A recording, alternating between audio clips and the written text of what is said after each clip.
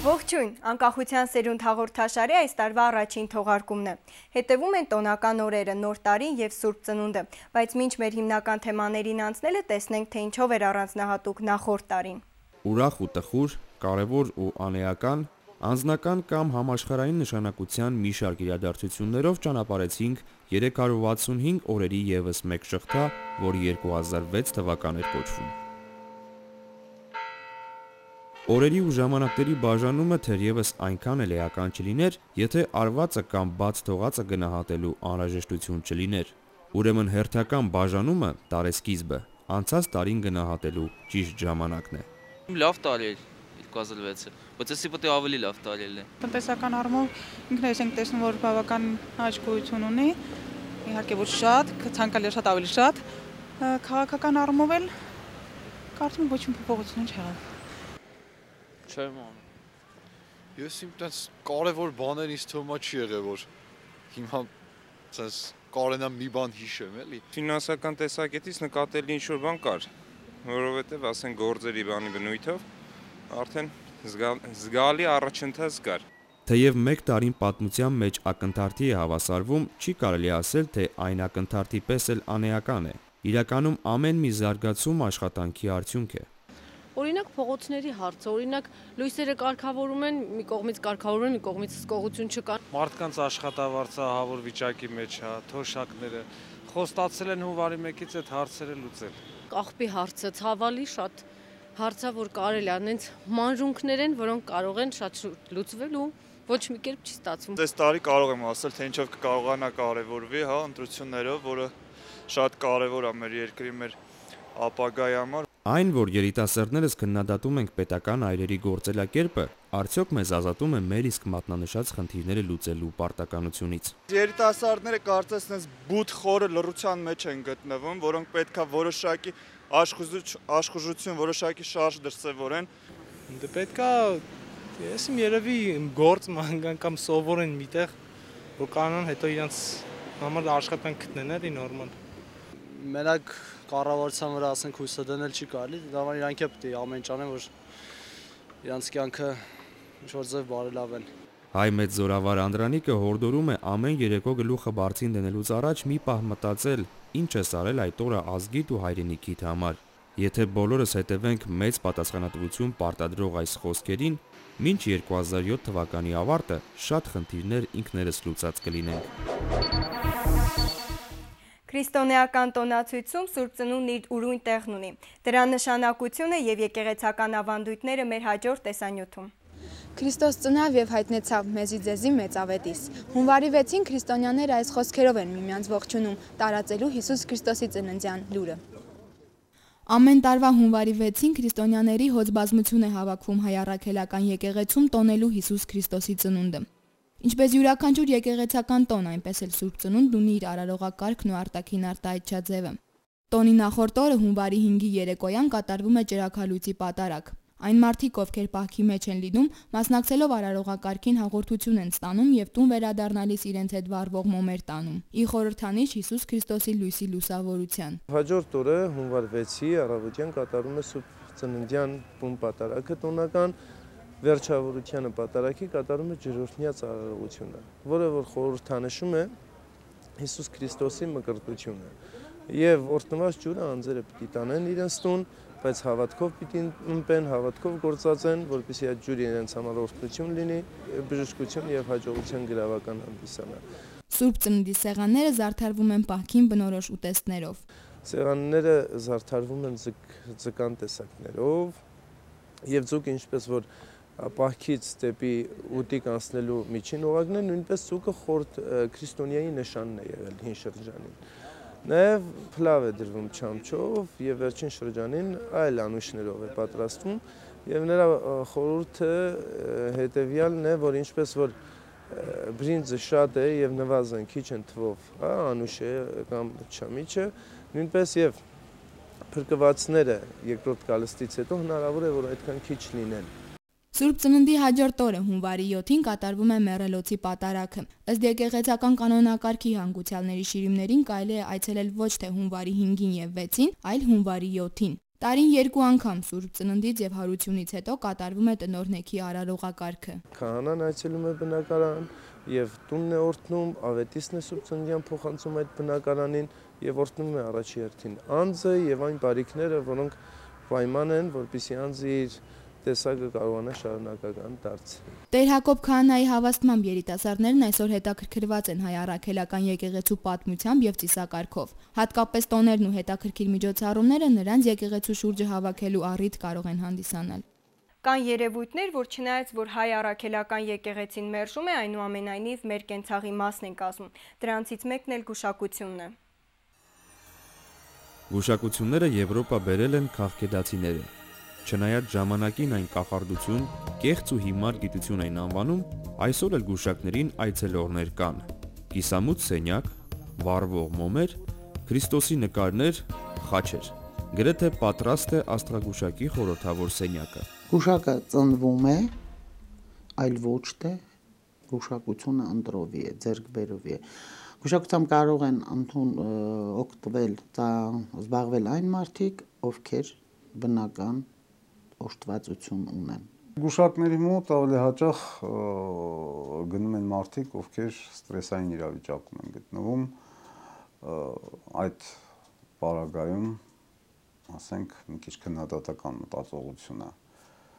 իջնում է, քննադատականությունը մտածողության իջնում է, մարդիկ ավելի տագնապային են դառնում, անորոշությունը մեծ է լինում եւ այն որ ասում են արդեն փրփուրներից կարճելու պահերն են սկսում աշխատել։ Անենց բաներ են մեզնից պահանջում, որ մենք ընկնում ենք ճակերտների մեջ, չգիտեք ինչ անենք։ 50 տարեկան կին ասում են ցարա ես ամուսնանամ, հետնել երեխա ունենամ։ Իրան չի հետաքրքրում, ասում դու մոգ ես, կարաս անես։ Բացատրում են, որ այդ տիկին անհնար բան է։ Մենք անում ենք այն գործերը, որը հասանելի է։ Անհասանելի գործերը դե ասված էլ չի կարանի, ես ո՞նց անեմ։ Մեկն է գալիս բա լուսին միջացրա տուրնձի։ Կանեքին ավելի հաճախ գնում, քանի որ տղամարդիկ մի քիչ ավելի ռացիոնալ կողմն է նրանց մեջ զարգացած, ավելի քիչ են հավատում, ավելի քննադատական են նրանք մոտենում այդ հարցերին։ Քննադատությունից խուսափելու, հեղինակություն վայելելու եւ առավել խորհրդավոր դառնալու համար գուշակները հաճախ Աստծո անունից են հանդես գալիս, սակայն բարկության պահին նաեւ հակաեկեղեցական հայտարարություններ անում։ Մոգը առանց Աստծո օգնության, առանց Հիսուսի թույլատրության չի կարող կատարել մի գործ, որովհետև ինքը այդքան զորություն չունի, որ ինքն անի։ Այսօր իմ գործերը բոլորը կապված են եկեղեցու հետ, սրբավայրերի հետ, եկեղեցիական աղոթքների հետ, լույսնի ամսվա օրերի, որ օրը կարելի է ինչ անել։ Մագյան օգնելու բան է, մի միջոց, սրբին խնդրում է, աղաչում է, գնում է այստեղ, այնտեղ, այս գործերը կատարում են գործերը եւ մարդը հասնում է իր նպատակին։ Դա թե պսիխիկան է, թե չգիտես ինչն է, ոչ ոք չի կարող ապացուցել, ոնց որ հիմա ոչ ոք չի կարող ապացուցել, որ մայից հետո կյանք կա։ Դեռ ոչ ոք չի եկել այն աշխարհից, որ ասի գիտես, ըմբե ինչ լավ է։ Թերևս սա գիտակցելով է եկեղեցին գուշակների եւ գուշակությունների հանդեպ խիստ որոշակի վերաբերմունք դրսևորում։ Ամբողջ աշխարհի եկեղեցիները բոլոր ժամանակներում էլ միանշանակ մերժել են գուշակությունները։ Եվ ոչ միայն եկեղեցին է մերժել, այլ նաեւ պետությունն է մերժել, բոլոր քաղաքակրթությունները մերժել են։ Առաջին հերթին գուշակությունները մարդուն զրկում են կամքի ազատությունից։ Իսկ մենք գիտենք, որ Աստված երբ որ մարդուն արարեց եւ դրեց դրախտում, այդ երանական վիճակի մեջ երբ որ մարդը հայտնվեց, մարդը Աստծո կողմից ստացավ ամենամեծ պարգևը, որ ոչ մի արարած կամ ստեղծագործ արարածների մեջ ոչ ոք չուներ։ Դա մարդու ազատությունն էր։ Եկեղեցին թողարկելի փողոցում 15 տարեկան կանգնած աղջկան, որ վաճառում է իրեն 14 տարեկան կամուրջների տակ, ինչու չի արկելում, ինչու չգիտես տղան աղջիկ տղան իրար հետ ամուսնանում է, ինչ, ոնց են կոչվում դրանց, չեմ էլ իմանում, ես այդ բառերը չեմ օգտագործում։ Եթե այդքան թափ ունի եկեղեցին, թող դրանց բան էտա կանխելի, բայց մենք արկելում ենք նրանք, ասում ենք, եթե գնաս կայնես մոստի տակ վաղը, դու կմեռնես։ Նա վախում է, այլ չի գնում։ Ում եմ պետք, ես եմ պետք, ախ մարդուն թե եկեղեցին։ Եկեղեցին որ իր ավանդույթներն ունի, իր աշխարհայացքը, իր փիլիսոփայությունն ունի, տարիների փորձը նաև միգուցե ցույց է տվել, որ մեծ մասամբ 99% այդպիսի տոկոս։ Մեծ մասամբ դրանք ուղղակի խաբեբաներ են, շարլատաններ են, որոնք մարդկանց միամտության հաշվին գումար են աշխատում եւ բնականաբար ոնց կարող է շարլատանին եկեղեցին խրախուսել։ Գուշակներն էլ սովորական սխալական մարդիկ են, ովքեր ոգևորության պահին կարող են անկեղծանալ եւ խորհրդավորության մի քանի բանալի բացել։ Մարդը գալիս ինձ ասում, տիկին դա ինձ թուղթուգիր են արել, ասում եմ, տենց բան չկա, ոչ, արել են, ես գիտեմ, իմ ճարս կտրվում է սիրելիս, ասում է, եղբայր, չեն արել, տենց բան չկա, տեսնում որ դրանց պրծում չկա, ասում լավ, թուղթուգիր են արել, էս վերցրեք, վերցնում է, դրեք այնտեղ դնում է, մի հատ էլ վերցրեք, վերցնում է, մի հատ էլ դրեք դնում է, ասում ոնց ես զգում, ասում լավ եմ, ասում հետի չարի տիկին Ռիտա, ասում հետ թուղթուգիրը հանեցի, բայց ճարս կտրված, ասում ինչ լավ է, արդեն զգացի, ես թեթևացա, իմ մոտից մի բան ընկավ, ես գնացի, գոհեմ տիկին Ռիտա, գնում եմ, շատ լավ եմ, տիկին Ռիտա ջան, մեռնեմ կյանքիդ, էդ ինչ արի, բայց տիկին Ռիտան ոչինչ չարեց, այստեղ տիկին Ռիտայի խելքը խոսեց, գաղափարը, որը չի մարդկանց պետք է։ Ի վերուստ այսպես կոչված ներելի գործն իրականում մարդկանց հոգեբանական վնասների եւ նրանց հետագա կյանքը կառավարելու հիմք է դառնում։ Վախեցնում են շտով կմեռնես կամ նման մի բաներ, որպեսզի մարդը ավելի նենց տրանսային հիպնոտիկ վիճակի մեջ լինի, ավելի անքննադատ մոտենա այդ process-ին, իրենց կազմակերպած process-ին,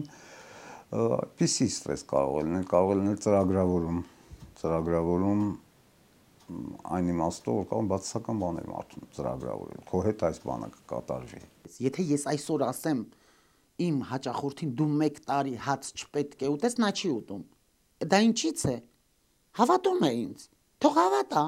թող հավատվան, թող շտկվեն մարդիկ։ Ինչ վատ բան է։ Որ գնանք տիկին Ռիտան ոնց ասի, տենց կանենք։ Շատ հաճախ լուրջ հոգեբանական խնդիրներ ունեն այդ գուշակները, ընդհանուր մինչև հիվանդության մակարդակ, եւ հնարավոր է կարողանան նրանք բացասաբար ազդել մարդու մտածելակերպի վրա, նրան դրդել այսպես կոչված ֆանտաստիկ մտածելակերպի, նույնիսկ զառանցական մտքերներ շնչել նրան։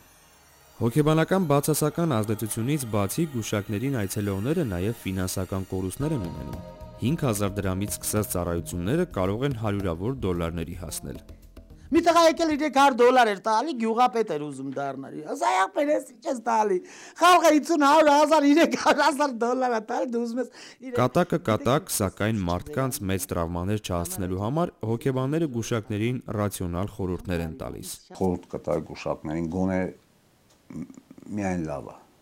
կանխատեսել։ Դժվարություններ են կանցնեն կգնան կամ նման մի բաներ, հաջողությունների կհասնես, երեխան տաղանդավոր մարդ կդառնա, այլ թող այդպես կշակի։ Սուտ գոնե ավելի օգտակար սուտ լինի, էլի։ Իմանալով, որ այդ սուտը կարող է հզոր ձևով աշխատել։ Մեր գործի ընթացքում պատահում է, որ սուտ ենք խոսում, որովհետև ստիպված, եթե սուտ խոսենք, իմանանք, որ այդ սուտ խոսելը մարդուն փրկում է ինչ-որ մի բանից, մենք ստիպված արդեն ստում ենք։ Աստղերը հուշում են, բայց չեն պարտադրում։ Այս խոսքն ամեն մի իրավիճակից դուրս գալու հեշտ եղանակ է։ Գուշակություններին հետևողները գոնե սրան հավատան եւ սեփական կյանքը փորձեն հնարավորինս ինքնուրույն կառավարել։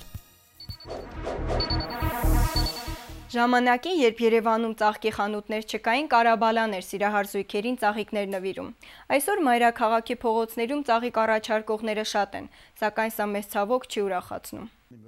Կարաբալայի կերպարը քանդակագործ Լևոն Թոքմաջյանի մանկության ամենավառ հիշողություններից է։ Կարաբալան եղել է Թոքմաջյանի հորընկերը, նիհար, թուխմաշկով, կարմրած քթով ու միշտ կիսահարփած մի մարդ, որը վարդ է բաժանել աղջիկներին ու կանանց։ Մարդիկ էլ նրան մի բաժակ գինի են հյուրասիրել։ Մենք ասում ենք ծաղիկ ծախող Կարաբալա, չենք ասում ծաղիկ նվիրող, որովհետև կարծես թե ծաղիկ ծախող ավելի հարմար է։ Բայց նա ձեզ հավատացնում եմ, որ ոչ մի անգամ չի ծախել։ Պարզապես այդ վարդերի, այդ ծաղիկները, որ տալիս էր զույգերին, ջահելներին, միշտ բախտավորություն ցանկալով նրան հյուրասիրում էին, ինչ որ բաներ անում էին։ Ըստ Լևոն Թոքմաջյանի, Կարաբալան սիրահարված է եղել մեծանուն դերասանուհի Արուս Ոսկանյանին, ով Աստաֆյան փողոցով ամեն օր Սունդուկյանի թատրոն փորձերի է գնացել։ Կարաբալան էլ նրան միշտ թարմ վարդեր է նվիրել։ Մի օր ծաղկավաճառը նկատել է, որ մի թուրք երիտասարդ հետապնդում է դերասանուհուն։ Կարաբալան զգուշացրել է, որ Արուսից հեռու մնա, սակայն թուրքը չի լսել։ Կարաբալան դանակահարել է նրան, որից հետո ծաղկավաճառը հայտնվել է Երևանի բերդում։ Չարենցը ունի մի բանաստեղծություն, երբ որ այդ նույն խուցում նստած